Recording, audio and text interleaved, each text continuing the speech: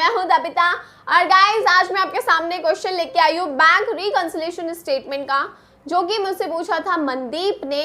और ये क्वेश्चन कुछ इस तरीके का था कि मुझे लगा कि सबके साथ शेयर करना चाहिए, क्योंकि इसमें कुछ ऐसी ट्रांजेक्शन्स हैं जिसमें 90% स्टूडेंट गलती करते हैं। सो वो गलती नहीं करनी, इसीलिए मैं क्वेश्चन लेके आई हूँ कि ये सबको समझाऊं कि कौन सी जगह पर आप कौन सी गलती कर जाते हो। सो गाइस सारी ट्रांजेक्शन इसकी बहुत इंपॉर्टेंट है, ध्यान से सीखना समझना। ठीक है, तो स्टार्ट करते हैं गाइस। देखो हम लोगों को फॉर्मेट पता है बैंक रिकंसिलिएशन स्टेटमेंट का, स्टार्टअप भी हमें पता है कि अगर कैश बुक से स्टार्ट होता है तो पासबुक पे जाता है, पासबुक से स्टार्ट होता है तो कैश बुक पे। या तो हमारा बैलेंस पॉजिटिव होता है या नेगेटिव, पॉजिटिव होते तो प्लस में, नेगेटिव होते तो माइनस में। बेसिक कंसेप्ट हमारे क्लियर है। अगर नहीं है गाइस तो उस पर भी वीडियोस बन रखी है, डोंट वरी, आप वो देख सकते हो BRS की वीडियोस, जिसमें बहुत ईजी वे में सिखाया है बैंक रिकंसिलिएशन स्टेटमेंट को सॉल्व करना। अब हम बढ़ते हैं गाइस इस क्वेश्चन की तरफ।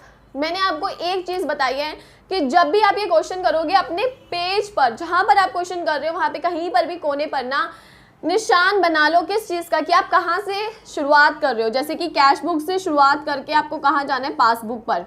और अगर पासबुक से होता तो पासबुक से शुरुआत करके आप कैश बुक पर जाते, तो आपको ये कॉर्नर पे कहीं लिखना है। फिर आपको ये ध्यान रखना है कि अब मुझे किसके बारे में सोचना है, पासबुक। पासबुक में प्लस तो प्लस करेंगे, पासबुक में माइनस तो माइनस करेंगे। सिर्फ इस चीज पर अपनी कंसिडरेशन रखनी है। ठीक है गाइस, ओके नाउ स्टार्ट करती हूँ। देखो सबसे पहले क्या बोला है, debit balance as per cash book. Debit balance मतलब पैसा है हमारे पास कैश बुक में। So debit balance as per cash book हम लिख लेंगे, कितना है हमारे पास 10,000। आगे नेक्स्ट एंट्री है, a cheque of ₹1000 deposited but not recorded in the cash book. आपने चेक डिपॉजिट कराया बट कैश बुक में एंट्री करना ही भूल गए। सो क्या होगा, कैश बुक में नहीं लिखा बट पासबुक में लिख लिया, पासबुक का बैलेंस प्लस है तो ये एंट्री भी प्लस साइड आएगी, क्योंकि पासबुक में ये अमाउंट प्लस हो गया। और मैंने आपको क्या बोला है कि आपको किसकी तरीके से सोचना है, पासबुक, क्योंकि आप कहाँ जा रहे हो, पासबुक के पास भागते हुए जा रहे हो कि हमसे बैलेंस मैच करो, तो आपको पासबुक के हिसाब से सोचना पड़ेगा। तो आप अपनी कैश बुक को कहाँ लेके जा रहे हो, पासबुक के पास, तो पासबुक की तरीके से ही आप सोचोगे। सो यहाँ पर आपने जो भी चेक डिपॉजिट किया, not check deposited but not passed in cash book. ठीक है, next entry guys, narration guys आप अपनी तरफ से जैसा लिखना चाहते हो वैसे लिख सकते हो, कोई दिक्कत नहीं उसमें। A cash deposit of ₹200 was recorded in the cash book. Cheque deposit हुआ था गाइस, अ कैश डिपॉजिट, आपके पास कैश डिपॉजिट हुआ था in the cash book as if there is not bank column there in. यानी कि आपने क्या किया गाइस, अ कैश डिपॉजिट था आपके पास, यानी कि आपके अकाउंट में कोई 200 रुपये जमा करा के गया, was recorded in the cash book, आपने उसे कैश बुक में लिख लिया as if there is not a bank column there in, क्योंकि उसे बैंक में आना चाहिए था, क्योंकि कोई बैंक में पैसा जमा करा के गया, बट हमने अपने कैश बुक के कैश कॉलम में लिख लिया, तो गलती करी है। लेकिन पासबुक में क्या होगा, ये 200 रुपये प्लस हो रहे होंगे, तो हमें भी क्या करना है, 200 रुपये प्लस कर देने हैं। और नरेशन में हम क्या लिखेंगे, amount deposited in bank passed in but passed in cash book in cash column। ठीक है, क्योंकि there is no bank column। next entry guys, a check issued for 250। issued का मतलब क्या होता है, माइनस करना। आपने चेक इशू किया 250 का, was recorded as 205 in a cash column। 90% student इस ट्रांजेक्शन में गलती करते हैं। क्या गलती करते हैं कि चेक इशू हुआ, पता है माइनस हुआ है, 250 रुपये का हुआ है, हमने 205 लिखे हैं। अब मोस्टली स्टूडेंट इसका डिफरेंस निकाल के इसे सॉल्व करेंगे, लेकिन इसमें डिफरेंस नहीं निकालना, क्योंकि गलती 250 और 205 की नहीं है, गलती है कैश कॉलम की। सो हमारा फोकस क्या है, हमने चेक इशू किया 250 रुपये का, लेकिन हमने कैश कॉलम में दिखा दिया भाई, जबकि बैंक कॉलम में दिखाना था। यहाँ से हमारे पूरे 250 जा चुके हैं, तो हमें अपने पूरे 250 माइनस करने हैं, क्योंकि बैंक में से तो पूरा पैसा निकला है। सो हम क्या करेंगे, 4th एंट्री में wrongly posted in cash column। ठीक है, सो उसकी एंट्री यानी कि आपने कैश बुक में एक तरीके से उसकी कैश बुक के बैंक कॉलम में, इसका मतलब आपने एंट्री नहीं करी, बैंक में से वो माइनस हो गए, बट हमारी कैश बुक में वो कहाँ शो हो रहा होगा, कैश कॉलम में। सो वो गलती है हमारी। उसके बाद ई ट्रांजेक्शन क्या है, the debit balance of 1500, debit मतलब आपके पास पैसा था, as on previously was brought forward as an credit balance. अरे भाई 1500 थे और आपने उसे क्रेडिट बैलेंस दिखा दिया, यानी कि आपके अकाउंट में 1500 रुपये प्लस के पड़े थे और आपने दिखा दिया 1500 रुपये माइनस के। बट बैंक तो ऐसी गलती नहीं करेगा।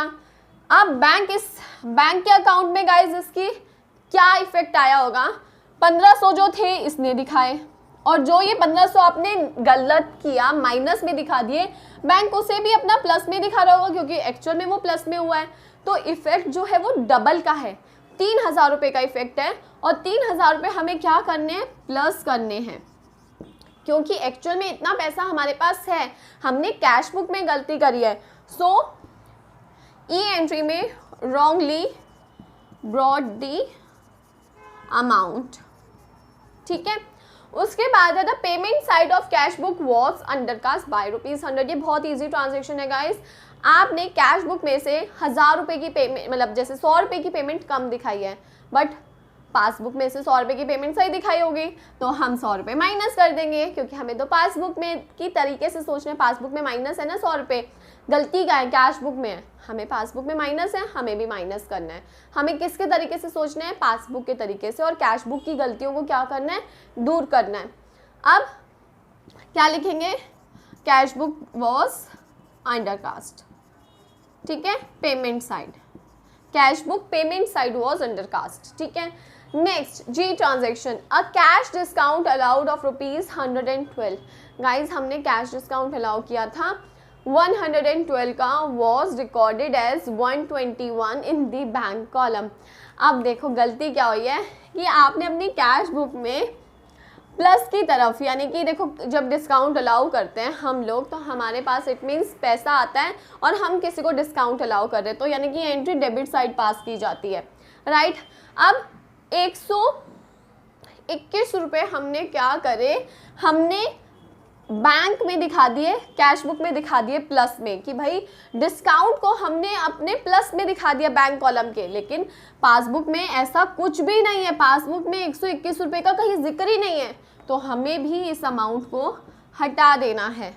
सो रॉन्गली पोस्टेड डिस्काउंट अमाउंट, ठीक है। Next, a cheque of ₹500 received from debtor was recorded in the cash book but not deposited in bank। अब आपको 500 रुपये मिले, आपने बैंक में जमा नहीं कराए, तो नहीं कराए तो बैंक कॉलम क्या होगा, 500 रुपये नहीं दिखा रहा होगा।